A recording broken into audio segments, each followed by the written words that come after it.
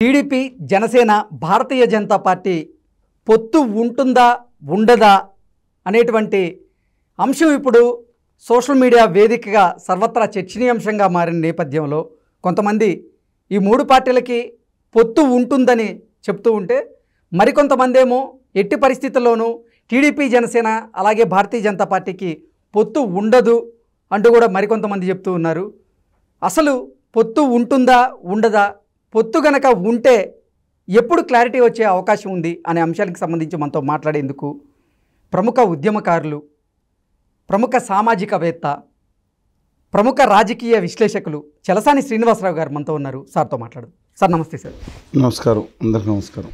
Sir, Bharatiya Janata party TDP Janasena పొత్తుపై ఎప్పుడు clarity వచ్చే అవకాశం ఉంది? కొంతమంది ఏమో అసలు పొత్తు ఉంటుంది అంటున్నారు, మరికొంతమంది ఏమో పొత్తు ఉండకపోవచ్చు అంటూ కూడా వాళ్ళ వర్షన్ చెప్తూ ఉన్నారు. ఈ నేపథ్యంలో అసలు పొత్తు ఉండే అవకాశం ఉందా? ఒకవేళ ఉంటే గనక ఎప్పుడు క్లారిటీ వచ్చే అవకాశం ఉంది అంటే ఏం చెప్తారు సార్?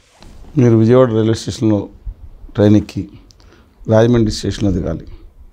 దాంట్లో కోటకొమ్మ ఉంటుంది, చాలా ఫేమస్ రాజమండ్రి దగ్గర కోటకొమ్మ. కోటకొమ్మానికి రైట్ సైడు చిలక జ్యోతిష్యుడు ఉంటాడు. ఆ చిలక జ్యోతిష్యుడు కార్డు తీస్తే చెప్పే పరిస్థితి దాని అది కూడా క్యూ ఉంది. అక్కడ చాలామంది కూడా జనసేన, తెలుగుదేశం, అక్కడ టికెట్లు ఎవరు వస్తే అక్కడ అంతా సంకుల సమరంగా ఉంది. వాళ్ళందరూ లైన్లో ఉన్నారు. వాళ్ళు అయిపోయిన తర్వాత మన కార్డు తీస్తారంట. ఏ హాస్యాస్పదంగా మార్చారండి ఒక పొత్తుల విషయాన్ని. కేంద్రంలో ఉన్న ఉత్తర భారతీయ జనతా పార్టీ తన కరుణా కటాక్షాల కోసం ఎదురు చూసే విధంగా చూసి వేచి ఇన్నాళ్ళు చూసిన తర్వాత వీళ్ళు ఒక డిస్ట్రిబ్యూట్ చేశారు. వాళ్ళకి కోపం వచ్చిందంట. ఎవడు కోపం, ఎవడు ఏంటండి ఇది? ఈ రాష్ట్రం ఏమన్నా ఆంధ్రప్రదేశ్ రాష్ట్రం వాళ్ళ అయ్యగారు గుజరాతీ గుమ్మా వ్యాపారులు జాగీర్ అనుకున్నారు వాళ్ళు. మనం మాట్లాడదాం పొత్తు గురించి. మనం ముందు నేను అడుగుతున్నా, మనం చూస్తూ ఉంటే నిన్న కూడా మొన్న 3 days బ్యాక్ జగన్మోహన్ రెడ్డి గారి అధికారిక నివాసాన్ని ముట్టడించాను నేను, జేడి లక్ష్మణ్ గారు. చాలామంది తెలుసు, మేజర్ మీడియాలో ఎయిరు వీళ్ళకి. శర్మ గారు ఉద్యమం చేస్తే వేస్తారు, ఉద్యమం కూడా చేయరు. ఆవిడ 4 సార్లు ఆవిడ కూర్చుంటే నేను వెళ్తున్నాను అనకంటే లేదు తర్వాత సంగతి. నేను అక్కడ దీర్ఘాధ్యక్ష చేయగానే దద్దరిల్లిపోతాయి. ఉద్యమాల్లో ఉన్నాం, నిజాయితీకి నిబద్ధత చేస్తాం ఆంధ్రప్రదేశ్ రాష్ట్రం కోసం, తెలుగు జాతి కోసం. సరే కమింగ్ బై అలాంటిది ఒక ఆత్మగౌరవం పార్టీలుగా ఇదేం కర్మ అండి? వాళ్ళ కరుణా కటాక్షాల కోసం ఎదురు చూడాల్సిన పని ఏంటండి? పవర్ స్టార్ కళ్యాణ్ బాబు గారు అంటే ఎవరు అనుకున్నారు మీరు బళ్ళారిలో మీటింగ్ పెట్టండి, 50,000 మంది వస్తారు రూపాయి పెట్టకుండా. బరంపూర్లో పెట్టండి, మన హోస్పేటలో పెట్టండి, అలాగే షోలాపూర్లో పెట్టండి, చెన్నైలో పెట్టండి, బెంగళూరు చెప్పండి. ఇవన్నీ ఆంధ్రప్రదేశ్లో కావు కదా. అలాంటి మనిషిని తీసుకొచ్చి ఈ దిక్కుమాలిన అడ్వైజర్లు ఎలా చేశారండి? ఆయన ఢిల్లీ వెళ్ళి కాళ్ళు పట్టుకోవాల్సి వచ్చిందా? 8 నిమిషాల సేపు అలా ఉండిపోయారు. కాళ్ళు పట్టుకున్నానని చెప్పారు ఆయన, చేతులు పట్టుకున్నా అన్నారు, ఎన్నో మాటలు పడ్డారు. దేనికోసం? భావితరాలు బాగుండాలని. ఆంధ్రప్రదేశ్ ప్రత్యేక హోదా విభజన హామీలు వస్తే వచ్చే తరం బాగుపడుతుంది, ప్రజలు బాగుపడతారు. లేదంటే ఎవరు జగన్ గారు ఉన్నా లేకపోతే చంద్రబాబు నాయుడు గారు ఇంకొకరు ఉన్న హోదా విభజన హామీలు రాకపోతే అవి ఇంద్రుడు చంద్రుడు వచ్చినా అక్కడ ఏం చేయలేరు, విష్ణుమూర్తి దిగినా అని చెప్పి అందరికీ నేను చెప్పలేదు. పాచిపోయిన లడ్డూలు ఆయన మాట్లాడారు, ఉత్తర భారతీయ అహంకారం మాట్లాడారు అని తెలుసు అందరికీ. అప్పుడు 2016లో మాట్లాడిన దానికి ఇంకా నమ్మక ద్రోహం చేసింది కేంద్రంలో ఉన్న ఉత్తర భారతీయ జనతా పార్టీ ప్రభుత్వం. నరేంద్ర మోడీ గారి నేతృత్వంలోని ప్రభుత్వం ఆంధ్రప్రదేశ్కి నయవంచం చేసింది. 2016 ఇంకా మోసం చేసింది. ఆ మోసం చేసిన పార్టీతో తెలుగుదేశం పార్టీకి మ్యాచ్ ఫిక్సింగ్ చేయడానికి, అంటే ఆల్రెడీ ఒకసారి వాళ్ళకి 2 పార్టీలు కలిపి ఏకమైపోయినాయి, ఒక బంధంతో ఏకమైనారు. ఎప్పుడు 1984లో, 89లో తెగిపోయింది బంధం. రెండోసారి మళ్ళీ 98లో ఇప్పుడు బంధం ఏర్పడింది. 2004లో ఆ బంధం డైవర్స్ అయిపోయింది. 2014లో మూడోసారి బంధం ఏర్పడింది. అది 2018లో ఫిబ్రవరి 7వ తారీఖున వెళ్ళిపోయింది. ఇప్పుడు 4వసారి వాళ్ళ మ్యాచింగ్ ఫిక్సింగ్స్ కోసం కళ్యాణ్ బాబు గారు లాంటి మనిషి వాళ్ళ కాళ్ళు పట్టుకోవాల్సిన దౌర్భాగ్య స్థితి ఎందుకు వచ్చిందని అడుగుతున్నాను. దమ్ముండి ఆయన నిలబడితే ఈ 2 స్టేట్స్ కాదండి, తెలుగు జాతికి లీడర్గా మారి ఆయన అనుమానం మిగతా ఉందని నడవాల్సిన పరిస్థితి. వాళ్ళ అభిమానులను ఏమనుకున్నా నేను అడిగిన మాటలు ఆఫ్టర్ 1 year వాళ్ళు రికగ్నైజ్ చేస్తారు. ఆయనకు ప్రజలకు ఎంతో చేయాలని ఉందనుకుని భావిస్తున్నా. ఎవడండి దిగ్మాలిన అడ్వైజర్లో? అని నేను మాట్లాడలేదండి, ఆయన మాట్లాడారు. ఉత్తరాది అహంకారం నశించాలన్నారు, లడేంగా అన్నారు, దక్షిణాది యొక్క ఆత్మగౌరవం అన్నారు. ఇప్పుడు నేను అన్నమాట తప్పైతే ఆయన అన్నమాటలే కదా మొట్టమొదటి కదా గట్టిగా నినదించారు. ఆ తర్వాత ఇంకా అన్యాయం జరిగింది కదా. అందువల్ల నా ఉద్దేశం ప్రకారం ఫస్ట్ అసలు ఆలోచన వాళ్ళ గురించి పాకులాడటం తప్పు. ఏ పార్టీ ఎవరితో కలుస్తుందో వాళ్ళ ఇష్టం. ఒకవేళ వారు పోటీ చేయాలనుకుంటే ధైర్యంగా పోటీ చేయాలి, అంతే తప్ప ఆ పార్టీ కోసం వెంపర్లాడటం కుదరదు. తెలుగుదేశం జనసేన పొత్తు ఆల్రెడీ అయిపోయింది. ఇప్పుడు కాదు, 1 year బ్యాకే చెప్పాం, కానీ ఇక్కడ అయిపోతుందని చెప్పాం. అందువలన డెఫినెట్గా అవుతుంది.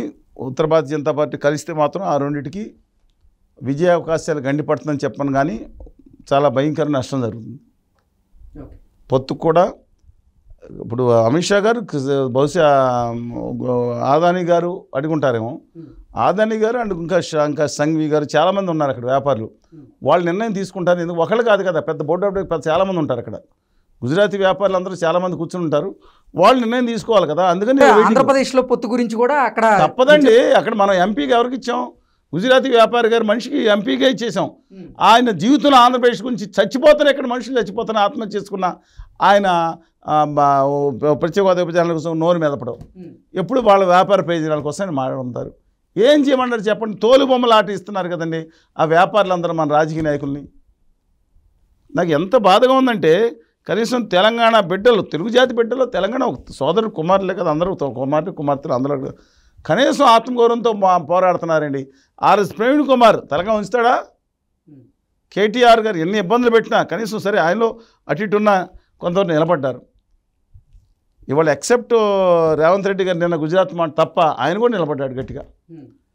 వీరభద్రం గారు, చాడ వెంకటరెడ్డి గారు, బట్టి విక్రమార్క గారు అందరూ నిలబడి ఉన్నారు వ్యతిరేకంగా. అదేం కర్మ అండి, దౌర్భాగ్యం. ఆంధ్రప్రదేశ్ దాపురించింది నాయకులు, ముఖ్యమైన నాయకులు అందరూ తోలుబొమ్మలాట్లో వాళ్ళు ఇచ్చే పప్పెట్ షోలో, గోమా వ్యాపారులు పప్పెట్ షోలో పడిపోయారు.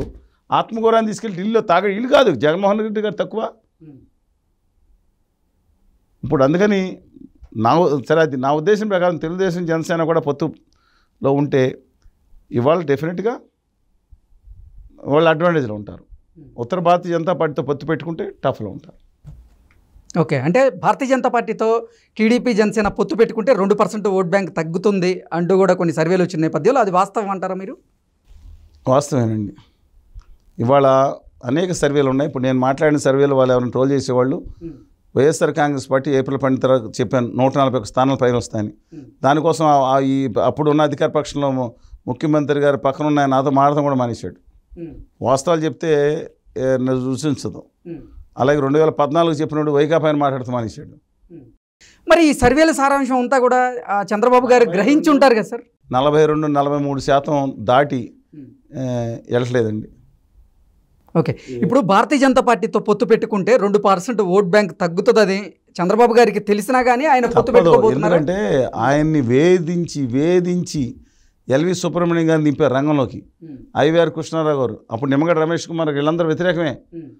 అప్పుడు ఇంకో రెడ్డి గారు ఉన్నారు, ఆయన ఏదో వైఎస్ఆర్ కాంగ్రెస్, వీళ్ళందరూ భయంకరంగా వ్యతిరేకం చేసి ఇవాళ చంద్రబాబు నాయుడు గారి కోసం ఏదో ప్రజాస్వామ్య రక్షకుల కింద తిరుగుతున్నారు. సరే, నేను తప్పట్ను, మార్పు వచ్చి ఉంటుంది. ఏదో వాల్మీకి అని చెప్తానంటారు కదా, అలా మార్పు వచ్చి ఉంటుంది. అప్పుడు ఆయన వేధించింది తలుచుకుని ఉంటారు. అష్టదిగ్బంధనం చేశారు, భయపడుతున్నారు. చంద్రబాబు నాయుడు గారు దక్షిణాదిన stalwart political leader, as and date is number 1 stalwart leader. Venkaiah Naidu గారిని గుమా వ్యాపారులు ఇద్దరూ కలిసి ఆయన షెడ్లోకి పంపించారు. ఆయన ఏదో ఓపెనింగ్లో భజనలు చేసుకుంటూ ఉన్నారు. ఆయన తిరిగే కాలు, మాట్లాడినవారు ఊరుకోలు లాంటిది ఆయనకి అదే లైఫ్. ఆ లైఫ్ నరికేసి పంపించారు ఆయన. దేవగౌడ గారిని షెడ్లో పెట్టేసి పక్కన పడేసి ఆయన్ని లాక్కుండా చూస్తున్నారు, ఆయన కుమారుడిని. తెలుసు కదా నీకు కోసం.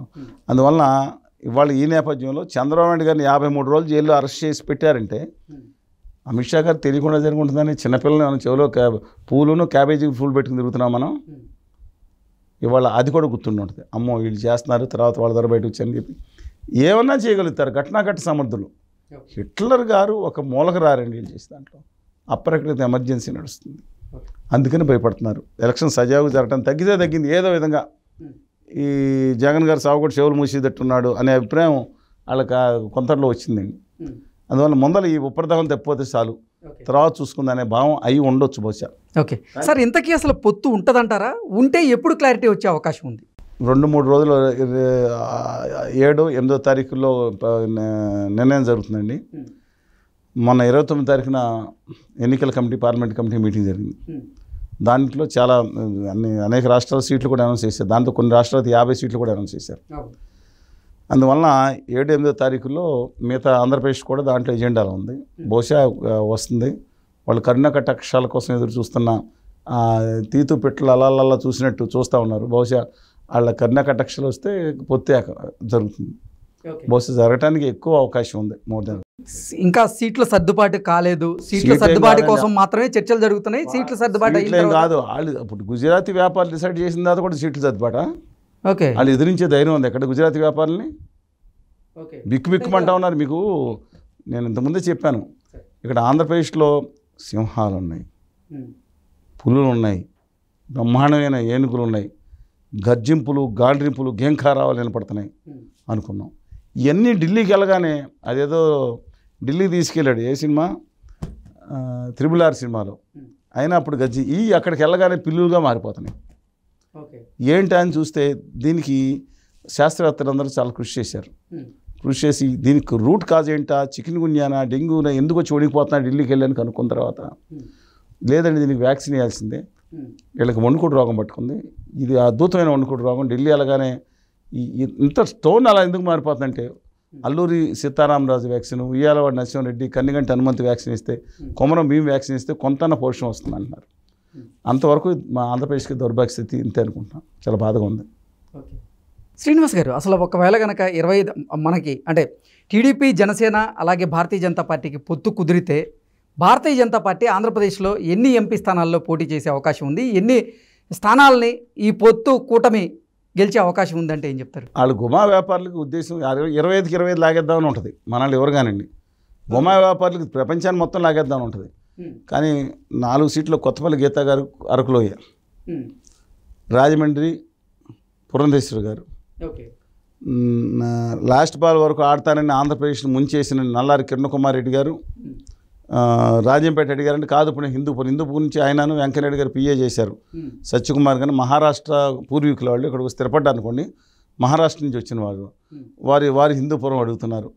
బీజేపీకి సెక్రటరీ కొడుకుల్లో కూడా ఒకరిగా కూడా ఉన్నారు వారు. అందువల్ల ఇది కాకుండా కూడా మన జీవీఎల్ నరసింహరావు గారు ఉన్నారు. ఆయన కూడా ఆయన hat thrown is hat in Visakhapatnam free దాంట్లో పడేసి చూస్తున్నారు ఆయన. అలాగే ఆయన తక్కువ చీప్ లిక్కర్ కోసం ఉద్యమం చేస్తూ ఉంటారు. ఇడ్లీలు చీప్ లిక్కర్ ఆయన ఈస్ట్ గోదావరిలో ఉంటారు. ఇంతకుముందు అధ్యక్షులుగా కూడా చేశారు భారతీయ జనతా పార్టీ రాష్ట్ర అధ్యక్షులు వీర్రాజు గారు. ఆయన చీప్ లిక్కర్ 50 రూపాయలు అనుకో చాలాసార్లు ఉద్యమం చాలా చీప్ లిక్కర్ ఇవ్వాలి సారాయి గురించి చాలా ఫైట్ చేశారు ఆయన. సామాన్య ప్రజలు ఆ తక్కువ రేటుకి ఇవ్వాలని ఆయన తపన చూసారా, చాలా గొప్ప తపన. ఆయన కూడా తప్పేది, ఆయన కూడా ట్రై చేస్తూ ఉంటారు. వారితో పాటు ఆదినారాయణ రెడ్డి గారు, తర్వాత రావు గారిని ఒక ఆయన తిరుపతి నుంచి వీల్ సంతోష్ గారి క్లోజ్ అనుకుంటా. సుజనా చౌదరి గారు ఉన్నారు. సుజనా చౌదరి గారు ఆల్రెడీ విజయవాడ ఏలూరు మంది తిరుగుతున్నారు. సీఎం రమేష్ గారు కూడా ఇప్పుడు వద్దులే మనం ఇలా అడిగితే తర్వాత రాజ్యసభ తీసుకొచ్చిన ఆయన కూర్చున్నారు. బహుశా 4 పార్లమెంట్ సీట్లు అయితే కన్ఫర్మ్ అయితే 5వ సీటు కోసం చూసుకోవచ్చు. అసెంబ్లీ స్థానాలు 10, 12 అడుగుతూ ఉన్నారు. 7 ఫైనలైజ్ అవ్వచ్చు. క్యాండిడేట్లు 74 చాలా రెడీగా ఉన్నారు. అందుకని మనం వెయిట్ చేయాలండి. అది అందుకని వాళ్ళు రెడీగా ఉన్నారు. వాళ్ళు కర్ణాకటాక్షాల మీద వాళ్ళు తీసుకోగా మంచి తీసుకోగా అంటే ఎక్సెప్ట్ అరకు మాత్రం అది వదిలేశారు. ఎలాగైనా అది తీసుకోగా మిగతా ఏదైతే వదులుతారో మిగతా వాళ్ళని ఎరుకోమంటారు. ఓకే, అంటే 4 స్థానాలతో భారతీయ జనతా పార్టీ వాళ్ళకి పొరుగు పోయింది. ఇండియా మొత్తం మీద ఎక్కడ కూడా 1.27% సిక్కింలో వచ్చిన ఆంధ్రప్రదేశ్లో అందరం లేదు, ఒక్క సీటు కూడా లేకపోయినా మొత్తం ఓట్లు వేయించుకుంటారంటే అది తట్టుకోలేకపోతున్నారు. ఆర్ఎస్ఎస్ వ్యతిరేకంగా సరే వీళ్ళు తట్టుకోలేకపోతున్నారు. అందుకని ఆ ట్యాగ్ లేకుండా 3-4 స్థానాలను తెచ్చుకుందాం మనం ఇక్కడి నుంచి. పైగా ప్రభుత్వంలో ఎన్డీఏలో పెట్టేసుకుందాం. ఎందుకంటే ఈసారి 370 కాదు 270 కూడా వచ్చే పొజిషన్ లేదు. అందుకని అందరినీ లేకపోతే వాళ్ళ కర్మే పట్టిందండి. వాళ్ళకి నితీష్ కుమార్ గారు కాళ్ళు పట్టుకుని కర్మ, లేకపోతే వీళ్ళని బెదిరించి చంద్రబాబు నాయుడు గారిని కలుపుకోవాల్సిన కర్మ, కుమారస్వామి గారిని లాక్కరావాల్సిన కర్మ, అకాలీదళం కూడా తెచ్చుకుందామనే కర్మ, లేదంటే జనతాదళ కుమారస్వామి గారిని లాక్కురావద్దార కర్మ. ఇవన్నీ ఎందుకు వచ్చినాయి? ఎన్సీపీని శివసేనని ఛిద్రం చేయాల్సిన పనులు ఎందుకు వచ్చినాయి? ఇవన్నీ కూడా అక్కడ రావట్లేదని. అందుకని ఎన్ని సీట్లు వచ్చినా అన్ని సీట్లు మంచి వేసేసుకుందాం, బెదిరించి తెచ్చుకుందాం. తక్కువ టమారగజ కనుకోక ఇంద్రజాల మహేంద్రజాల జిల్లాలో బ్రహ్మాండమైన నిష్ణాతులు వాళ్ళు. దానికి కూడా బెదిరింపు క్రీడ కూడా ఉందండి. ఓకే, మీరు చెప్పినట్లుగా 5 స్థానాల్లో భారతీయ జనతా పార్టీ కనుక పోటీ చేస్తే ఎన్ని స్థానాల్లో గెలిచే అవకాశం ఉంది? 5 స్థానాల్లో. హిందూపురం అన్ని వీళ్ళకి సొంత బలంతో గెలిచేదండి. 100 కంటే తక్కువ వాళ్ళు ఎక్కడ గెలుస్తారండి?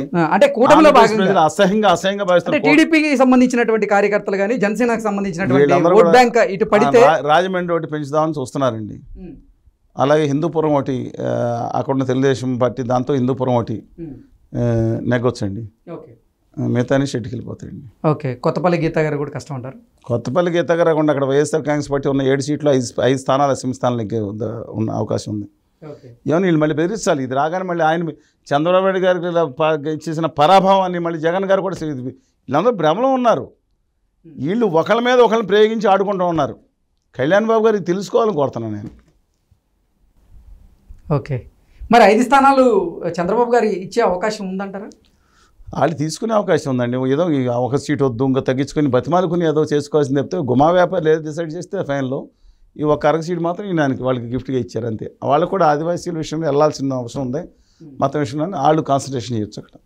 ఓకే. ఏంటి సార్, మోదీ గారేమో ఈసారి జరగబోయేటువంటి లోక్సభ ఎన్నికల్లో ఎట్టి పరిస్థితుల్లో 400 పైకి స్థానాలు ఎన్డీఏ కూటమి గెలుచుకోబోతుందని, 370 స్థానాలు బీజేపీ పార్టీ ఒకటే సింగిల్గా గెలుచుకోబోతుంది అంటూ కూడా ఆయన డంకా బజాయిస్తున్నారు. ఆ పరిస్థితి 370 సీట్లు కనుక ఆయన గెలుచుకుంటే నేను మీ వైల్డ్ లైఫ్ ఛానల్ దగ్గరికి వచ్చి నా అంచనాలు తప్పవుతాయని క్షమాపణ కోరుతాను ప్రజలందరినీ. ఆ పరిస్థితే లేదంటారు అసలు? క్వశ్చన్ లేదు. అది కావాలని కలిగిస్తున్నారు. ఈవీఎం మెషిన్లకి వేసే ఏమనుకున్నా తెలియదు కానీ ప్రజలకి అసలు జనాలకి ఒక్క వాదన అండి. నేను చెప్తున్నాను, రాజస్థాన్లో ఎన్ని సీట్లు ఉన్నాయి? 25. ఇప్పుడు కాంగ్రెస్ కింద వచ్చిన 70 పక్కన పెట్టండి. ఎన్ని సీట్లు ఉన్నాయి బీజేపీ చేతిలో? 24. గుజరాత్లో 26 సీట్లు ఉన్నాయి. ఎన్ని సీట్లు ఉన్నాయి బీజేపీ చేతిలో? కాంగ్రెస్ ఉన్నాయి 26 బీజేపీ. మధ్యప్రదేశ్లో ఎన్ని సీట్లు ఉన్నాయి? 29. 29లో బీజేపీ చేతిలో ఉన్నాయి 28. ఈ కమల్నాథ్ నకుల్నాథ్ వాళ్ళ కొడుకు ఇద్దరు వెళ్ళిపోతున్నారు. ఈయన 28 సీట్లు ఉన్నాయి. ఛత్తీస్గఢ్లో ఎన్ని సీట్లు ఉన్నాయి? 11 సీట్లు. దాంట్లో మళ్ళీ 1-2 మినహా మొత్తం నీళ్ళు ఉన్నాయి. అంటే దాదాపు 30, అక్కడ 50. అంతే కదండి. అక్కడ 50, ఇక్కడ ఇది 40, 91 సీట్లలో 4 సీట్లు పక్కన వాళ్ళకి లేవు. ఇంకేం పెరిగిపోద్దండి? నాకు అర్థం కాదు. తగ్గుతాయి కానీ 90 సీట్లు ఉంటాయి. 90 ఇప్పుడు గుజరాత్లో 26, 20 వచ్చినాయి అనుకోండి, బోనస్గా ఇంకో 20 కలుపుతారు వాళ్ళకి. ఎక్కడి నుంచి వస్తాయండి? పోతాయి. ఉత్తరప్రదేశ్లో తగ్గిపోతున్నాయి, మధ్యప్రదేశ్లో తగ్గిపోతున్నాయి, రాజస్థాన్లో తగ్గిపోతున్నాయి, గుజరాత్లో నేను చెప్పలేను, మహారాష్ట్రలో తగ్గే అవకాశం ఉంది, కర్ణాటకలో భారీగా తగ్గిపోతున్నాయి. ఉన్న సీట్లే పోతుంటే ఇంకో 100-150 సీట్లు ఇంకా ఈవీఎంలు తెచ్చుకోవాలి వాళ్ళు. నేను చెప్పింది వాస్తవం. నెగ్గొచ్చు, అది వేరే డిఫరెంట్ ఇష్యూ. ఒకళ్ళు 230 సీట్లు వస్తే పెద్ద ఆయన నితిన్ జయరామ్ గడ్కరీ గారు, ఏదో రాజ్నాథ్ సింగ్ గారు, వీళ్ళు కనుక ప్రధానమంత్రి అయితే కొంతన్నా మన దక్షిణాది మీద కానీ తెలుగు జాతి మీద కానీ ప్రేమ ఉండే అవకాశం ఉంది. ఈ గుమా వ్యాపారులు 1200 మంది ఎలా తట్టుకుంటామండి మనం? అడ్డంగా నరుక్కుంటా అంటే హింసవాదం కాదు, ఎవరికి అలా కాకుండా అలా వేసుకెళ్ళిపోతున్నారు తెలుగు పారిశ్రామికవేత్తలందరినీ. చాలా దారుణం. అందరినీ నేను తప్పంటుంది, దానిలో గుమా వ్యాపారులు కొంతమందిని. ఓకే. ఆంధ్రప్రదేశ్లో జరగబోయేటువంటి ఎన్నికల్లో కూటమి అధికారంలోకి రాబోతుంది. 140కి పైగా స్థానాలు గెలిచే అవకాశం ఉందంటూ కూడా అనేక సర్వేలు ఇప్పటికే వాళ్ళ రిజల్ట్ని అయితే తెలియజేస్తూ ఉన్నాయి. ఏంటి సార్ ఆంధ్రప్రదేశ్లో రాజకీయ పరిణామాలు? టీడీపీ జనసేన ఏ సర్వేలు తెలియజేసినాయి? రీసెంట్గా చాలా ఒక 10 సర్వేలు దాకా వచ్చినాయి. చెప్పండి 10 సర్వేలు. ఏ సర్వేలు ఇప్పుడు చెప్పండి నాకు. ఆదరించిన సర్వేలు చెప్పండి. 2 సర్వేలు. రాజనీతి స్ట్రాటజీస్, నెక్స్ట్ నిన్న వచ్చినటువంటి తెలంగాణ ట్రాకర్స్, ఇలా అంటే రకరకాల రాజనీతి అంటే సోషల్ పోస్ట్ అంది కదా. అది నేను అనుకోను 140 స్థానాలు 150 స్థానాలు వస్తాయి. ఇచ్చినట్లేదు, వెరిఫై చేసుకోండి. ఓకే సరే, పోనీ మీ అభిప్రాయం చెప్పండి. రానున్న ఎన్నికల్లో ఆంధ్రప్రదేశ్లో ఏ పార్టీ అధికారంలోకి వచ్చే అవకాశం ఉంది? ఏ పార్టీకి ఎన్ని స్థానాలు రాబోతున్నాయి అంటే ఏం చెప్తారు? ఒక్కటి విజ్ఞప్తి చేస్తున్నా, ఫ్యూచర్లో ఎలా ఉంటుందో నేను చెప్పలేను. ఫిబ్రవరి ఆఖరి వరకు జరిగిన సర్వేలు కానీ సమాచారం సేకరణ కానీ ప్రస్తుత సమాచారం బట్టి కానీ డిసెంబర్కి దీనికి చాలా మార్పు వచ్చింది.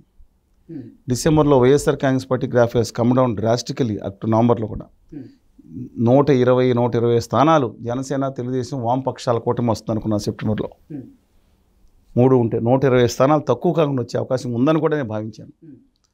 అంతలోకి వామపక్షాలు వెళ్ళిపోయినాయి. జనసేన తెలుగుదేశం అన్నారు. అప్పుడు కూడా 120, 110 నేను ఇక్కడ మాట్లాడిన వీడియోలు మీ దగ్గర ఉన్నాయి. 110, 115 స్థానాలు తక్కువ కాకుండా వస్తుంది. అంటే మైనస్ అంటలా, ప్లస్ ఆర్ మైనస్ కాదు, మినిమం ఆ పైన వస్తుంది అనుకున్నాం. ఇప్పుడు తాజా సమాచారం ప్రకారం YSR Congress party graph cross 70 seats, 70 స్థానాలు వచ్చే పరిస్థితి ఉంటే కూటమికి 100, 105 స్థానాలు మాత్రం వచ్చేస్తాం ఉంది. ఎందుకనేది నాకు తెలియదు, నెంబర్ ఆఫ్ సర్వేస్ కానీ మిగతాది కానీ. అంటే గ్రాఫ్ పెరుగుతూ ఉంది. బహుశా నెంబర్ ఆఫ్ మీటింగ్స్, సిద్ధం సభలో లేకపోతే మిగతాది అయి ఉండొచ్చు. అందువలన ఈ ప్రకారం ఇదే గ్రాఫ్ కనుక పెరిగితే వేరే ఉంటుంది. కానీ ఎన్నికలు ఒకసారి డిక్లేర్ అయిన తర్వాత నేను అంగన్వాడీ వర్కర్స్కి వాళ్ళకి మద్దతుగా ఉన్నాను, వాళ్ళకు కూడా ఉంటాను. వాళ్ళ కోరికలకు అలాగే డిమాండ్స్ అన్నీ నెరవేరలేదు, బలవంతాన్ని కొన్నే నెరవేర్చుకుని విరమించాల్సి వచ్చింది. మున్సిపల్ వర్కర్స్ ఎంప్లాయీస్ కానీ అనేక సంస్థలు, మిగతా ఉద్యోగస్తులు వాళ్ళందరూ కూడా ఇవాళ గవర్నమెంట్ ఉంది. గవర్నమెంట్ ఒకసారి ఎలక్షన్ వచ్చిన తర్వాత అధికారులు కూడా మాట్లాడరు, ప్రజలు కూడా భయపడే వాళ్ళు కూడా బయటకు వచ్చి మాట్లాడతారు. అందువలన వాళ్ళు ఇప్పుడు ఇలా 90 సీట్లు వచ్చిన కూటమి ఎప్పుడు కాదు, బ్యాక్ ట్రాక్ లేదండి. 88 మ్యాజిక్ ఫిగర్ ఈజ్ 88. 88 లోపు ఎప్పుడు రాలా, గత 6 ఏళ్ళ నుంచి 7 ఏళ్ళ నుంచి. కానీ కూటమి ఉన్నా లేకపోతే మనం అది చేసుకున్నా, ఇండిపెండెంట్గా తెలుగుదేశం పోటీ చేసిన. కానీ ఈ గ్రాఫ్ అనేది ఇలా అయితే మనకు అనిపిస్తుంది వైకాపా 100 సీట్లకు వస్తుందని. బట్ నా అభిప్రాయం ప్రకారం మాత్రం అది ఎలక్షన్ డిక్లేర్ అయిన తర్వాత మళ్ళీ ప్రతిపక్ష పార్టీలు ఏదైతే ఉన్నాయో స్టెబిలైజ్ అవుతాయి. మళ్ళీ they may go up to 110 అని అభిప్రాయం. ఓకే, ప్రముఖ ఎన్నికల వ్యూహకర్త అయినటువంటి ప్రశాంత్ కిషోర్ కూడా జగన్మోహన్ రెడ్డి పాలనలో అసలు ఆంధ్ర రాష్ట్రం అప్పుల ఊబిలో కూరుకుపోయిందని, ఈసారి జగన్మోహన్ రెడ్డి గెలవడం అసలు ఇంపాసిబుల్ అని ఆయన ఓటమి దిశగా అడుగులేస్తున్నారంటూ కూడా డంకా బజాయిస్తున్నారు. బిగ్ డిఫీట్, మామూలు కాదు, భారీ తేడా తోడిపోతారు. అందువలన 150 సీట్లు అనేది భారీ అనుకుంటే ఈ లెక్క కూడా భారీ రావాలి. కానీ is working closely in association with X colleague robin గారితో తెలుగుదేశం వాళ్ళ కాల్స్తో పనిచేస్తున్నారు. ఆయన మైండ్ గేమ్ అలా. ఇప్పుడు ఆయన మీద ఎంత దారుణంగా తెలుగుదేశం జనసేన వాళ్ళు చేశారు చూశారు. కోడికత్తి ప్యాంటెట్ని ఆంధ్రప్రదేశ్ రాష్ట్రం కులాన్ని ప్రవేశపెట్టి నీచ నికృష్టుడని ఎన్నిటోళ్ళు. అదెందుకు బీహారీ నొటోరియస్ డెకాయిట్ వాడు అని చెప్పి చంద్రబాబు నాయుడు గారు అన్నారు ఈ ప్రశాంత్ కిషోర్ని. అతను బాగున్నప్పుడు తిడతాం, అతను ఏదో పాజిటివ్గా మాట్లాడినప్పుడు ఎత్తేసి మాట్లాడతాం రాజకీయ నాయకులను. మనం స్థిరంగా ఆలోచిద్దాం. ఆయనది ఎలా ఉందో నాకు అనవసరం. ఆయనకి నాకు తెలిసిన సమాచారం ప్రకారం మాత్రం డెఫినెట్గా జనసేన తెలుగుదేశం కూటమి అధికారంలోకి వచ్చేటట్టే ఫిబ్రవరి ఆఖరి వరకు కనపడతా ఉంది. ఒకవేళ ఎన్నికలు డిక్లేర్ అయిన తర్వాత ఈ ఉద్యోగస్తులు వీళ్ళందరూ బయట వచ్చి గట్టిగా చేసిన నేపథ్యంలో ఆ మెజార్టీ ఇంకా పెరిగే అవకాశం కనపడతా ఉంది. ఒకవేళ ఆయన మేనిఫెస్టో కనుక ప్రకటిస్తే, విశ్వసనీయత ప్రకారం రాజశేఖర రెడ్డి గారి తర్వాత జగన్మోహన్ రెడ్డి గారికి విశ్వసనీయత ఉంది. ఆయన ఫెయిల్ అయిన విషయాలు ఉన్నాయి, సిపిఎస్ కానీ ఈ కానీ ఈయన హామీలు ఇస్తే చేస్తాడనే కొంత విశ్వసనీయత ఉంది. 10కి 5, 6, 7 నెరవేర్చిన ఆయన 4,000 నుంచి చేస్తానన్న రుణమాఫీ అని కొన్ని ప్రవేశపెట్టి కరెంటు, ముఖ్యంగా కరెంటు షాకులతోనే ఓడిపోతున్నారు ఆయన. ఆ కరెంటు మీద ఏమన్నా చేయగలిగితే కనుక ఆయనకి కొంత అనుకూలంగా వచ్చే అవకాశం ఉంది. అది ఆయన పాజిటివ్. కానీ ప్రజల్లో బహుళంగా అన్ని వర్గాల్లో ఆయన ఏ వర్గం అంటే చేయలేదండి, అందరితో పెట్టుకున్నారు ఆయన, చెప్తున్నాను. అందువల్ల బహుళంగా అన్ని వర్గాల్లో భారీ, ఇప్పుడు 100 వర్గాలు ఉంటే కనీసం 78 వర్గాలు కానీ, అంటే వీళ్ళు భవన నిర్మాణ కార్మికులు, లేకపోతే కూలీలు, లేదంటే ప్లంబర్స్, మిగతా ఉద్యోగస్తులు అలా ఉంటాయి నెంబర్ ఆఫ్. వీళ్ళందరూ కూడా ఎంత బలీయంగా వ్యతిరేకంగా ఉన్నారు. పట్టణాల్లో అయితే మీరు 100 మందికి 80 మంది వ్యతిరేకంగా ఉన్నారు, 50 మంది తిడుతున్నారు, మామూలుగా తిట్టట్లేదు. గ్రామాల్లో మాత్రం ఇప్పుడు కూడా 46-47% ఓటింగ్ పైన ఉందండి ఆయనకి. అందుకని ఎక్కడ చూసినా 42% తగ్గట్లేదు నెంబర్ ఆఫ్. వైకాపా ఓటింగ్ 42-43% ఉంది. తెలుగుదేశం ఓటింగ్ కూడా 43-43.5% ఉంటుంది. జనసేన ఓటింగ్ 8%, 9% ఉన్నా ఒకప్పుడు 10-11% పెరిగినా ఈ రెండు ఎలా అటాచ్ అయితే కొంత ఓట్లు పక్కెళ్ళిపోయే అవకాశం ఉంది. అయినా సరే మీరు చెప్పినప్పుడు 4-5% ఆధిక్యం ఉంది. 2%తోనే తేడా వచ్చింది. అందులో ఉత్తర భారతీయ జనతా పార్టీ కలిస్తే కనుక 2-3% తగ్గినా వాళ్ళ అధికారంలోకి వచ్చే లక్షణాలు ఫిబ్రవరికి కనపడుతున్నాయి. పాలిటిక్స్ డైనమిక్గా ఉంటాయి, తర్వాత మనకు తెలియదు. కానీ గత 6-7 నెలల నుంచి ఏ రోజు కూడా ప్రతిపక్షాల అధికతలు ఉంటాయి. ఏ రోజు సర్వే చేసిన మీరు ఆ ఢిల్లీ సర్వే చేశారు, వాళ్ళకి 15 వస్తాయి. That may be different issue అండి. బట్ నా అంచనాలు నాకు ఉన్నాయి.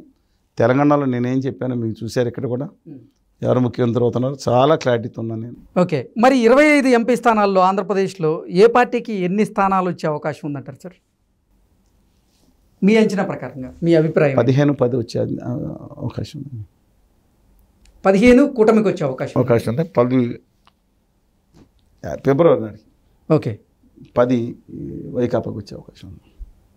ఓకే సార్, జగన్మోహన్ రెడ్డి రచించినటువంటి ఇది ఫిబ్రవరికి చెప్తున్నా, ఫిబ్రవరి ఆఖరి నాటికి. ఓకే అండి. ఓకే, జగన్మోహన్ రెడ్డి రచించినటువంటి కాపు వ్యూహం అనేది అది విఫలమైందని ఇటు ముద్రగడ గారిని అలాగే హరిరామ జోగయ్య గారిని ఆయన కోవర్టులుగా టీడీపీలోకి పంపించేటువంటి ప్రయత్నం చేశారని, కానీ దాంట్లో విఫలమయ్యారు. అది చంద్రబాబు గారు పవన్ కళ్యాణ్ గారు గ్రహించి వారికి అంత ప్రాధాన్యత ఇవ్వలేదు, వారిని పార్టీలోకి తీసుకోలేదు అంటూ కూడా ఒక వార్త ఇప్పుడు సోషల్ మీడియాలో చక్కర్లు కొడుతుంది. అబ్సల్యూట్లీ ఐ డోంట్ నో, మీరు చెప్పింది అబ్సల్యూట్లీ. జోగయ్య గారిని ఎలా పంపిస్తారండి?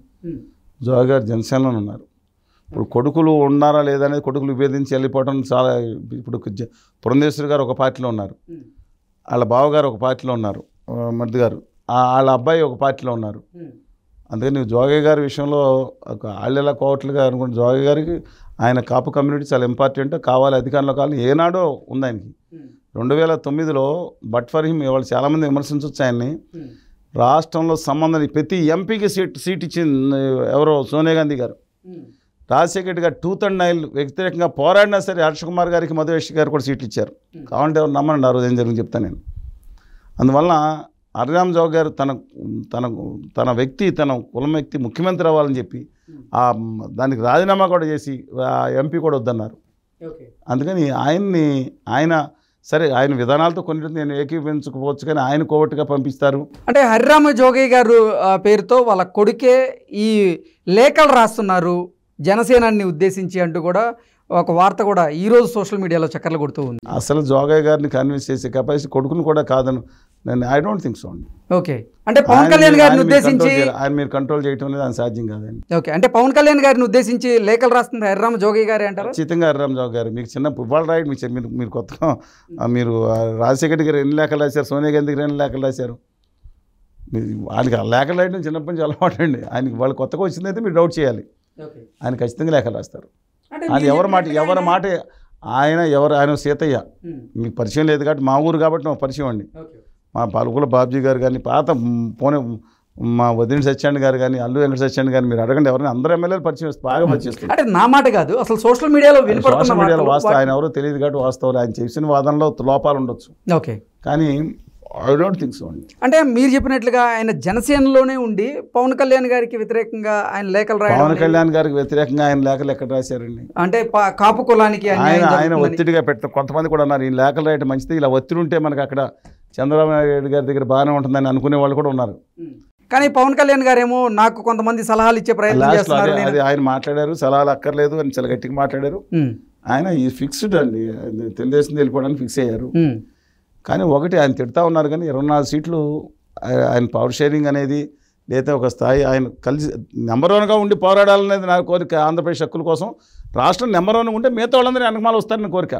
కానీ ప్రస్తుత పరిస్థితులు 24 సీట్ల 30 సీట్ల అనేది ఆయన తీసుకోపోతే నిజంగా పోటీ చేస్తే అవతల పార్టీ పోవచ్చు. ఈయన పార్టీ నిలబడలేదు, అందరూ కలిసి ఏకమే ఓడించేస్తారు అందరూ. అది అర్థం చేసుకుంటే వాళ్ళకి బెటర్ అండి. అందుకని సరే ఏదేమైనా పాలిటిక్స్ నాకు బాధ ఏంటంటే వీళ్ళందరూ కలిసి హోదా విభజన హామీల గురించి మాట్లాడట్లా.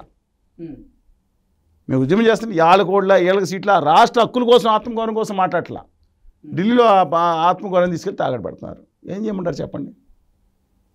సమస్య వాళ్ళకి సీట్లు వీళ్ళకి సీట్లు, ఆ జగన్ గారిని తిడతాం, లేదా కళ్యాణ్ గారి భార్యలు పేరు చెప్పి ఒకళ్ళు తిడతాం, లేదా చంద్రబాబు నాయుడు, ఇదేనండి వీళ్ళ జీవితాలు. ఆంధ్రప్రదేశ్ భావితరాల అభివృద్ధి గురించి చర్చ జరగట్లేదు. It's very unfortunate. అందుకని కళ్యాణ్ బాబు నేను ముద్రగడ గారి విషయం చెప్పలేను. ఆయన ఊహాతీతమైన వ్యక్తి అని దాంట్లో సినిమాలు ఏదో అంటారు కదా చేతవాసరం, ఆయన గురించి నేను మాట్లాడినాను. వ్యక్తిగతంగా విజేతపల్లి ఉంటారు, కానీ ఆయన ఆ రోజు తుని ఇష్యూలో ఏం చేశారు ఏంటనేది దాసనారాయణరావు గారు, చిరంజీవి గారు ఆ రోజు వెళ్ళిన సందర్భంలో మీరు చూశారు ఏం జరిగిందో. కొన్ని విషయాలు తెలుసు కానీ అంతకుమించి మాట్లాడకూడదు. దేవగంతులు అయ్యారు దాసనారాయణరావు గారు, మా ఊరైనా తెలిసిన ఆయన, మంచి ఆయన, ఆప్తులు, పెద్దలు, మిత్రులు. అందువల్ల నెంబర్ ఆఫ్ ఇష్యూస్ ఉన్నాయి దాంట్లో. అందువల్ల వాళ్ళు బయట చేయించారు ఏళ్ళ పంపిస్తారా అనేది నేను అనుకోను. ఆయన్ని ఎవరు కంట్రోల్ చేయగలుగుతారండి? వీళ్ళిద్దరూ ఒకరికొకరు పడదు. జోగయ్య గారి ముద్రగడ గారికి మీకు తెలియదు విషయాలు.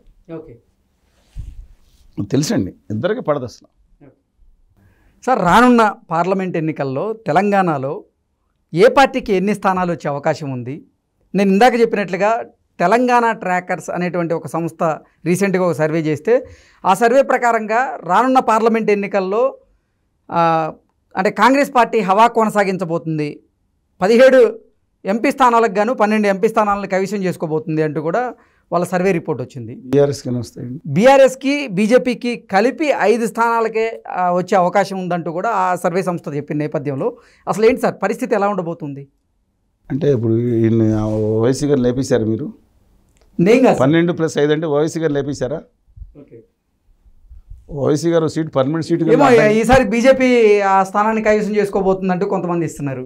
అదే భారతదేశంలో ఇంతవరకు ఒక ఎలాగా అజ్ఞాన అంధకారాన్ని మూఢనమ్మకాలని పెంచి మతం పేరు మీద విద్వేషం రగిలించే ఒక పార్టీకి అధినేతగా ఎంఐఎం ఉన్న ఈ మత విద్వేషాలని కుల విద్వేషాలని పెంచే ఇంకొక పర్సన్ ఉత్తర భారతీయ జనతా పార్టీ రాష్ట్రాన్ని తెలంగాణ రాష్ట్రాన్ని భ్రష్టు పట్టించడానికి వివాదాలు రెచ్చగొట్టి ప్రశాంతంగా ఉన్న హైదరాబాద్లో చిచ్చు పెట్టడానికి వీళ్ళు చేస్తున్నారా? ఎవరో తక్కువ కాదండి, అవసరం ఓవైసీ గారు తక్కువ కాదు, ఇక్కడ ఉత్తర భారతీయ జనతా పార్టీ పెట్టిన వాళ్ళు కూడా తక్కువ కాదు. మేము ఎప్పుడు చూడలేదు ఇంత దారుణంగానే. ఒక కులాలు గొప్పని ఒకళ్ళు గొప్పని వాళ్ళు కనుక్కున్నారని వీళ్ళు మనువాదాన్ని తీసుకొస్తున్నారా? ఆయనేమో అక్కడ వాళ్ళ తమ్ముడేమో దుర్మార్గంగా ఆయన మాట్లాడాడు, వీళ్ళేమో మనువాదం గొప్ప. ఏం గొప్ప? బుద్ధుడు ఎవరో వీళ్ళకి తెలియజెప్పాలండి ఖచ్చితంగా. సరే, నేను coming back to the point, I don't think so. ఎప్పుడు హైదరాబాద్ ప్రశాంతంగా ఉన్న హైదరాబాద్లో మత చిచ్చు కుల చిచ్చు పెడతానికి వస్తారు ఇలాంటి వాళ్ళందరూ? నా ఉద్దేశం ప్రకారం అందరూ మతతత్వంతో ఉండే పార్టీలు ఓడిపోవాలని కోరుకుంటాను నేను. కుల పిచ్చితో ఉండే పార్టీలు ఓడిపోవాలి. ఏ పార్టీ అయినా సరే రాసుకోండి, వెనక ముందు లేదు. కుల ద్వేషంతో ఉండే పార్టీలు ఓడిపోవాలి. తెలంగాణ ముఖ్య అభివృద్ధి ప్రాతిపదిక మీద నేను కొట్లాడేవాళ్ళు నిలబడాలి. నాకు తెలిసి వాళ్ళ మీ సర్వీస్, నేను I'm not denying that. So you got అంటే మీ అభిప్రాయం ఏంటి? ఇవాళ శాండ్విచ్ అయిపోతుంది బీఆర్ఎస్ బిట్వీన్ తెలంగాణ విషయంలో. ఎంత ఛాంపియన్స్ అయినా ఇటు కేంద్రంలో అయితే బీజేపీ ఎన్నియాలి, ఇక్కడ రాష్ట్రంలో వీళ్ళు ఉన్నారు, మధ్యలో వీళ్ళు ఎందుకనే భావంతో శాండ్విచ్ అయ్యే పరిస్థితికి వస్తున్నట్టు అస్తిత్వం కోసం పోరాడాల్సిన పరిస్థితి వచ్చింది కేసీఆర్ గారికి. అంటే బీఆర్ఎస్ ఉనికి ప్రశ్నార్థకంగా మారే అవకాశం చాలా ఖచ్చితంగా. ఇది అవసరం ఏంటంటారు? మళ్ళీ బీఆర్ఎస్ ఎత్తేసి టీఆర్ఎస్ తీసుకురావాలి. అందుకనే నేను వాటర్ ఇష్యూస్ మీద టేకప్ చేశారు. ఇవాళ ఆర్ఎస్ ప్రవీణ్ కుమార్ గారు such a powerful and honest officer. ఆయన ఏదో ఒక ఆంధ్ర వాళ్ళు అది ఇది మాట్లాడిన దాంట్లో అభ్యంతరం ఉంది నాకు. ఆయన చాలా ఎన్నికల ముందు కూడా అట్లా ఆయన అనవసరం, అంత విద్వేషం అనవసరం ఆ విషయంలో. ఎక్సెప్ట్ దట్ నేను చెప్తున్నాను, ఆయన ఒక ప్రజల కోసం పాటుపడిన వ్యక్తి. అలాంటి వ్యక్తి ఇవాళ నాగర్ కర్నూలు సీటు ఇంకో సీటు ఏదన్నా కానివ్వండి, ఆయన ఇవాళ బీఆర్ఎస్తో కలిశారు. ఎందుకని? ఉత్తర భారతీయ జనతా పార్టీ అహంకారం చేయడానికి మనువాదం పేరుతో ఒక పాదాలను వేసి మిగతా జాతులను తొక్కడానికి చూసిన దాన్ని వ్యతిరేకించడానికి డెఫినెట్గా అప్రిషియబుల్. ఆ విషయంలో తెలంగాణ ప్రాంత హక్కులు ఆత్మగౌరవం కోసం డెఫినెట్గా, అలాగే ఆంధ్రప్రదేశ్ హక్కులు ఆత్మగౌరవం కోసం, తెలుగు జాతి ఆత్మగౌరవం కోసం ప్రాంతీయ పార్టీలు ఉండాలి. ఉండకుండా చేసేదానికి కేసీఆర్ గారు అన్నదానికి గుండె గాయపడి ఉంది మాకు. ఇవాళ కూడా ఆయన సొంతం చేకూర్చలేదు మాకు కాదు, చాలామందికి జాతిపరంగా తోటి తెలుగు జాతి బిడ్డలని అవమానించారు. ఆయన గుండె గాయపడి ఉంది. ఆయన చేసిన పొరపాట్లు ఖచ్చితంగా కాళేశ్వరంతో పాటు ఉంది, అహం ఒకటి ఉంది. మంచి పనులు కూడా ఉన్నాయి, సాఫ్ట్వేర్ ఎక్కడికో తీసుకెళ్లారు కేటీఆర్ గారు వీళ్ళందరూ. కానీ ఇవాళ చూస్తే నేపథ్యంలో ఎందుకు ఇంత అవసరమే ఉంది, అట్లా బీజేపీ వస్తుంది అనే పరిస్థితి, ఆయన అస్తిత్వం కోసం పోరాడే పరిస్థితి వచ్చింది. అందువల్ల కాంగ్రెస్ పార్టీకి మొన్న మీరు ట్రాకర్ చేసుకున్న బహుశా 9 నుంచి 10 స్థానాలు మ్యాక్సిమం రావచ్చేమని అంచనండి. ఉత్తర భారతీయ జనతా పార్టీకి మాత్రం ఉత్తర అంటే మళ్ళీ చాలా మందికి ట్రోల్ చేస్తూ ఉంటారు. అదే నేను ఇందాక నుంచి నేనే అడుగుదాం అనుకున్నా, అసలు ఏంటి భారతీయ జనతా పార్టీని ఉత్తర భారతదేశం వరకే పరిమితం? ఉత్తర భారతదేశం కాదని గుజరాతీ పార్టీ అని కూడా అనాలి. వాళ్ళ గుమా వ్యాపారుల పార్టీ అని. ఎందుకో తెలుసా? ఎంత గొప్పటండి శ్యామా ప్రసాద్ ముఖర్జీ గారు. ఎలాంటి అనుమానాస్పదలు చనిపోయారు. నా దేశంలో కాశ్మీర్ కోసం చాలా కష్టపడ్డాడు. ఆయన పార్థివ దేహాన్ని కూడా మిగతా వాళ్ళందరూ స్నేహితులు కలకత్తా విమానంలో పంపించాల్సి వచ్చింది తీసుకుని. అలాంటి మనిషి. అలాగే వాజ్పేయి గారు, పివినేశ్వరరావు గారు ఎంత గౌరవం ఇచ్చారు. పివినేశ్వరరావు గారు ఇచ్చారు. వాళ్ళు ఉన్నది భారతీయ జనతా పార్టీ. ఇప్పుడు ఉంది గుమా వ్యాపారులు ఉత్తర భారతీయ జనతా పార్టీ. వీళ్ళు ఏమంటారంటే అందులో సిద్ధాంతకర్త ఈ దక్షిణాది వాళ్ళు నల్లగా ఉంటారు, నిగ్రోల్ టైప్లో. నిగ్రోల్ గురించి మాకేముందా? నిగ్రోల్ ఇగ్రోలో కూడా తప్పు కాదు, అది బ్యాషింగ్, వాళ్ళ బాడీ షేమింగ్ చేయటం. అది నా తెలుగు జాతి కానీ, నా ద్రవిడ జాతి కానీ, దేశ మూలవాసులనే మిగతా వాళ్ళు కానీ చాలా దారుణంగా రంగు పేరుతో చాలా అసహ్యంగా అవమానించిన వాళ్ళు కదా. ఏమంటారు వాళ్ళు ఉత్తరానకుండా. మళ్ళీ ఒక ఆయన మాట్లాడతాడు, ఉత్తర భారతీయ జనతా పార్టీ అండకోలో ఉన్న మంత్రి, హిందీ రాని వాళ్ళు దేశం వదిలి దొబ్బేయాలంటే దేశస్తులు అంటే ఈ అయ్యగారి జాగీరే. వీళ్ళు వచ్చారు తర్వాత వీళ్ళకి భాషకి లిపేలేదు హిందీకి. రమ్మనండి చర్చికి ఎవరన్నా అద్దెకి తెచ్చుకున్నారు దేవనాగర్ని. వేల సంవత్సరాల పాటు ఉన్న భాషల యొక్క సంస్కృతిని, ద్రవిడ భాషలని ప్రపంచంలో పురాతన లిఖిత సాహిత్యం, సంగం సాహిత్యం తమిళనాడు అవమానించే హక్కు ఎవరికి ఇచ్చారు వీళ్ళకి? వీళ్ళు మా తర్వాత వచ్చారు ఇరాన్ నుంచి వచ్చి ఆర్యవాదం ఎవరు కావాలండి? ఆర్యపుత్రులు ఎవరికి కావాలి?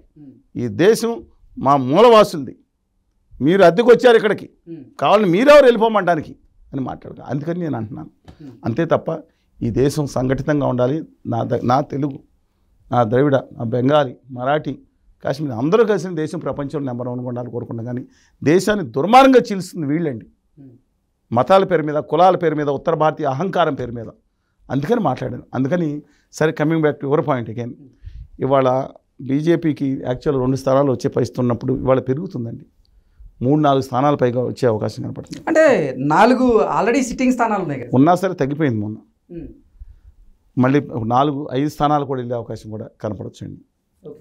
బీఆర్ఎస్ కనుక తగ్గిపోతే వీళ్ళ 9 స్థానాలు. మీరు చెప్తున్న దాని ప్రకారంగా 10 స్థానాలు కాంగ్రెస్ పార్టీకి, 9 స్థానాలు, 9 to 10 స్థానాలు మ్యాక్సిమం కాంగ్రెస్ పార్టీ 9 స్థానాలు, వీళ్ళకి 4 నుంచి 5 స్థానాలు, బీఆర్ఎస్కి 2-3 నుంచి 1 ఏమో ఎంఐఎం. రిజర్వ్డ్ సీట్ల దుప్పటేసి కూర్చున్నారు ఆ కాన్స్టిట్యున్సీలు. వాళ్ళని ప్రజాస్వామ్య సెక్యులర్ శక్తులు వాళ్ళ మీద విజయం సాధించాలి తప్ప మతంతో ముళ్ళుల్లో తీద్దాం, మత విద్వేషాలను రెచ్చగొడతాం అనే సిద్ధాంతం కరెక్ట్ కాదు. ఖచ్చితంగా అది మతతత్వ పార్టీ MIM. No second thought in that. As good as BJP also like that. అలా తయారైంది. ఎంత గొప్ప పార్టీ అండి ఇవాళ అలా అయిపోయిందంటే ఒకప్పుడు. అందుకని ఆలోచించాలి. బట్ నా అభిప్రాయం ప్రకారం తెలంగాణలో సిచ్యుయేషన్ కొంచెం ఫ్లూయిడ్గా ఉంది. It may take some time అండి సాలిడ్గా అవ్వడానికి. అప్పుడు మనం ఆలోచించి నిర్ణయం తీసుకోవాల్సిందే. కానీ తెలంగాణ ప్రజలను నాయకులు మాత్రం మెచ్చుకుంటున్నా. తమ హక్కుల కోసం, ఆత్మగౌరవం కోసం ఢిల్లీ పాఠశాలకి ఆంధ్రప్రదేశ్లో నాయకులు పెట్టినట్టు తాకట్టు పెట్టట్లా. ఢిల్లీ నడి బజార్లో తెలుగు వాళ్ళ ఆత్మగౌరవాన్ని అమ్మేయట్లేదు, కాళ్ళు పట్టుకోవట్లా, ప్రాధేయపట్టలేదు. చెప్పులు పెట్టేవాళ్ళు పెట్టారు, పక్కన పెట్టండి. బట్టి విక్రమార్క నిలబడి ఉన్నాడు. రేవంత్ రెడ్డి గారు ఎక్సెప్ట్ గుజరాత్ ఏదో నేను మాట్లాడుతున్న తప్పితే నిలబడి ఉన్నాడు. ఆర్ఎస్ ప్రవీణ్ కుమార్, కేటీఆర్, వీరభద్రం, చాడ వెంకటరెడ్డి గారు అందరూ నిలబడి ఉన్నారండి. నా తెలుగు జాతి బిడ్డలు. తెలుగు జాతి అన్నారు కాబట్టి ఒకటి గుర్తొచ్చింది సార్. ఇప్పుడు విశ్వవిఖ్యాత నట సార్వభౌముడైనటువంటి నందమూరి తారక రామారావు గారికి మరో 2-3 రోజుల్లో భారతరత్న కేంద్ర ప్రభుత్వం ప్రకటించబోతుందని, భారతరత్న ప్రకటించిన తరువాత మాత్రమే టీడీపీ జనసేనతో పాటుగా పొత్తుండబోతోంది భారతీయ జనతా పార్టీకి అనేది కూడా ప్రకటించబోతున్నారు అంటూ కూడా ఒక వార్త బయటకు వచ్చింది. ఇప్పుడు సోషల్ మీడియాలో చక్కర కొడుతూ ఉంది. నిజంగా రామారావు గారికి భారతరత్న ఇచ్చే దిశగా కేంద్ర ప్రభుత్వం అడుగులు వేస్తోందా అంటే ఏం చెప్తారు సార్? టక్కు టమార్ గజకరణ కోకని ఇంద్రజాల మహేంద్రజాల విద్యం చేయడంలో చాలా ఫేమస్. లంచాల ఆశ చూపించడం లేదా ఇంకోటి చూపించడంలో చాలా బెటర్ ప్లాన్. నితీష్ కుమార్ గారిని కలుపుకుంటే ముందు కర్పూరి ఠాకూర్ గారికి ఇట్ డిజర్వ్డ్. అది అసలు ఎలాంటి ఇవ్వాల్సింది ఇవాళ ఎన్నికల ముందు ఆయన మోస్ట్ డిజర్వ్డ్ అండి. ఎన్నికల ముందు ఇచ్చి అక్కడ వసిపరచుకోవడానికి. అది వెంటనే ఈయన ఒక్కడే రంగమార్తాండ గండ పేరుండ రాజాది రాజులాగా దుష్ట ప్రచండ్లాగా నడుచుకుంటూ వెళ్తా మొత్తం అందరినీ పక్కన పడేసి దేవాలయం టెంపుల్కి ఈయన ఒక్కడే, ఆ కెమెరాల మేనలు తప్పితే ఎవరు లేరు, ఈయన ఒక్కడే వచ్చి వాళ్ళందరూ మాజీ ముఖ్యమంత్రులు లేదా మా కేంద్ర మంత్రులు అందరూ కడకడ వెనకమాల భారతరత్నంలో ఎగిరెగిరి చూస్తూ ఉంటే ఈయన ఒక్కడే, ఆయన అంగరంగ సమేతంగా ఆయన సామంతరాజు అంగరక్షకులతో అంతే తిరుగుతా అందరినీ కటకటాల పైనుంచి ఇలా పలకరిస్తా. ఏదో ఏ మనుషులు వాళ్ళు, ఏమైనా జైల్లో నుంచి వచ్చిన మనుషులు, అటవీకులు వాళ్ళు, ఏమన్నా అటవీకులా ఏమన్నా వాళ్ళు ఏమన్నా చంద్రబాబు నాయుడు గారు, రఘువీర్ ప్రసాద్ గారు, లేకపోతే రవిశంకర్ ప్రసాద్ గారు, మిగతా వాళ్ళందరూ ఈ మీద దాడి చేస్తారా? ఎవరు అమితాబ్ బచ్చన్ గారు లేదా సచిన్ టెండూల్కర్, ఇంకా భారతరత్నలు అందరూ కటకటాల వెనకమాల పెట్టాడు ఆయన.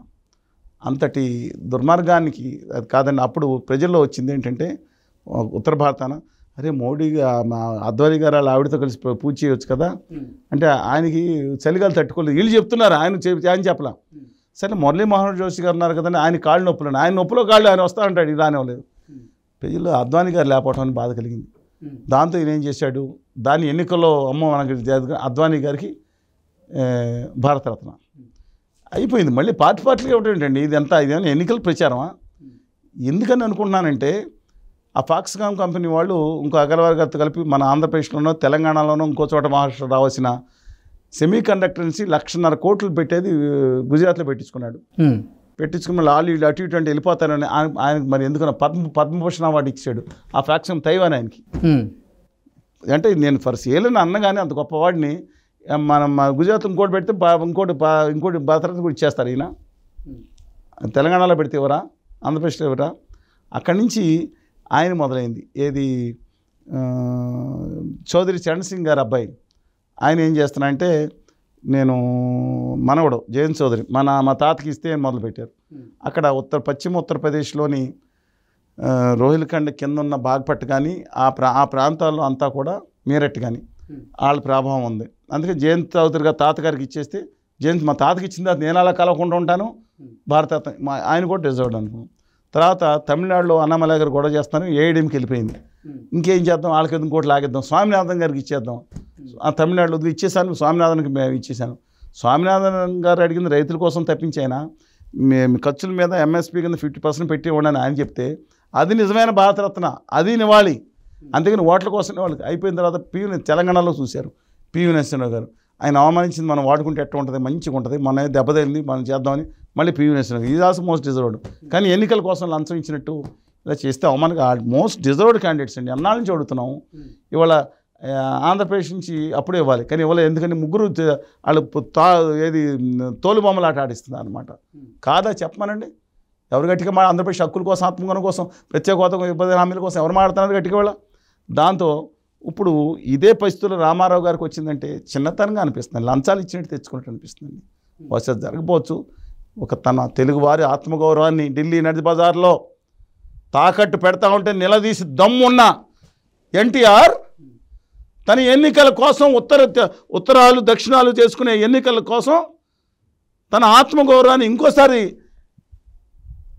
వీళ్ళు ఇలా తాకట్టు పెట్టే పరిస్థితి వస్తే ఊరుకుంటుందండి ఆత్మ? ఇలాంటి పరిస్థితులు ఆయన కోరుకుంటాడా? నో, తన ఆత్మగౌరవాన్ని కోల్పోడు. ఓకే, అసలు కేంద్ర ప్రభుత్వం ఆ దిశగా చెయ్యొచ్చేమో, ఓట్ల కోసం ఏమన్నా చేస్తారు వాళ్ళు.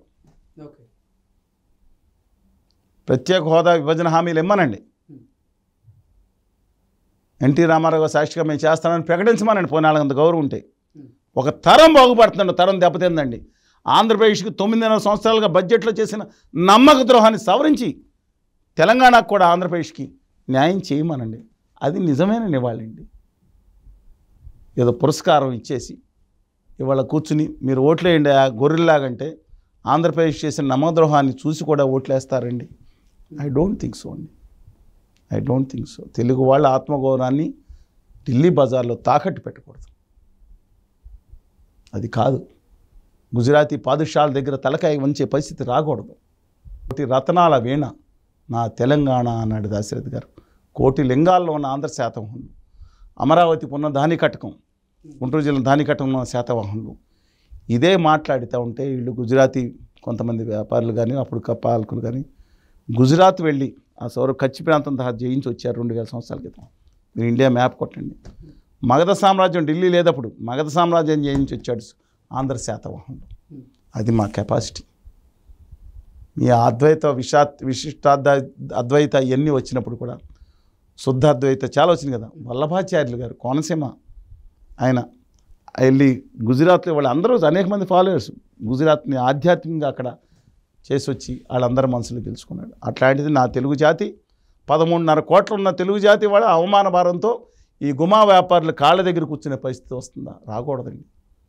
తాత్కాలిక ప్రయోజనాల కోసం, స్వార్థం కోసం, పదవుల కోసం ఒకళ్ళ మీద ఒకళ్ళు తిట్టుకునే పరిస్థితి వచ్చిందా? సభలు పెడుతున్నారు, జగన్ గారు ఇలాగని తిడతారు, కళ్యాణ్ గారు ఇలాగని తిడతారు, ఆయన తిడతారు, ఆయన తిడతారు. రాష్ట్రం గురించి మాట్లాడితే ఎవడో మాట్లాడడం. Due respect to them. మా గొంతేమో మేజర్ మీడియా నొక్కేశారు.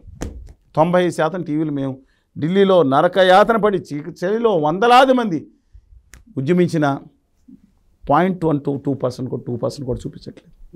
ఏమైందండి మీ మీడియాకి? మేమేం తప్పు చేసాం? 8వ తారీఖున విశాఖ ఉక్కు, ఆంధ్రుల హక్కు, తెలుగు జాతి యొక్క ఆత్మగౌరవాన్ని ప్రతీకగా సాధించుకున్నామంటూ వందలాది మంది జంతర్ మంతర్లో ధర్నా చేస్తే ఒక్క ఛానల్ ఒక్క నిమిషం సేపు కాదు, ఒక సెకండ్ సేపు ఆంధ్రప్రదేశ్ తెలంగాణలో చూపించలేదు. ఏం పాపం చేశాం అక్కడ? ఒక నాయకురాలి కుమార్తె గారు 5 నిమిషాలు అడవుడు చేయగానే భూబంతరాలు దద్దరిదడి చేస్తారు మీరు. విశాఖ ఉక్కు కార్మికులు అంతమంది వచ్చారు, వందలాది మంది అక్కడ ధర్నా చేస్తే 8వ తారీఖు ఫిబ్రవరి తారీఖున నోట్ చేసుకోండి జంతర్ మంతర్ దగ్గర. ఏ టీవీ చూపించారు? ఏ పేపర్ కాగితం మీద రాశారు చెప్పండి? ఏదో వామపక్ష పత్రికలో ఒకటి రాసింది వాళ్ళకి. ఏం పాపం చేశాం? ఢిల్లీలో మేము all India international centre extension seminar జాతీయ స్థాయిలో ప్రొఫెసర్లు అందరిని తీసుకుని సెమినార్ పెడితే ఇంత ముక్క అర సెకండ్ కాదు, అక్షర ముక్క రాయలేదండి. ఎవరు చేస్తే ఉద్యమాలు అవుతాయి? 2019 తర్వాత బేకర్ ఉద్యమం చేశాం. 2019 ముందు కంటే 90% మీడియా చూపించలేదు. మేమేమైపోయామని అడుగుతున్నారు మీడియాలో. బాధ కలుగుతుందండి. ఎక్కడికి వెళ్ళిపోతున్నారు నీళ్ళు? ఒకళ్ళని తిట్టుకుంటామా? చర్చల్లో బూతులు తిడతా ఉంటారు. ఇంకా నయం మీరు బూతుల మీద అడగలేదు నన్ను. ఈయన బూతులు తిడతాడు. ఈయన బూతులు ఏంటంటే మీరు ఏమైనా తిడుతున్నారా? Very good evening to you. ఇవాళ చర్చా వేదిక ఈ బూతుల మీద. ఏంటండి బూతుల మీద? రామచంద్రమూర్తి గారు అక్కడ కూడా సమావేశం పెట్టి నేను హాజరై వచ్చాను. నా రాజకీయ పరిభాష తప్పు అని, మా కంఠశోషణ కాదు. ప్రజల్లో ఎవరో ఒకరు అడుగుతారు, బూతులు తిట్టుకునే వాడికి ఓటేయకూడదు. వీళ్ళు ఎవరన్నా కానీ రాష్ట్రం కోసం హక్కుల గురించి మాట్లాడే వాళ్ళకి ఓటేయండి. అది రావాలండి. ఎందుకంటే ఏళ్ళు తిట్టుకుంటారు. నేను ఢిల్లీ దగ్గర పిల్లలాగా అయిపోతున్నారు. Please everybody should think about this.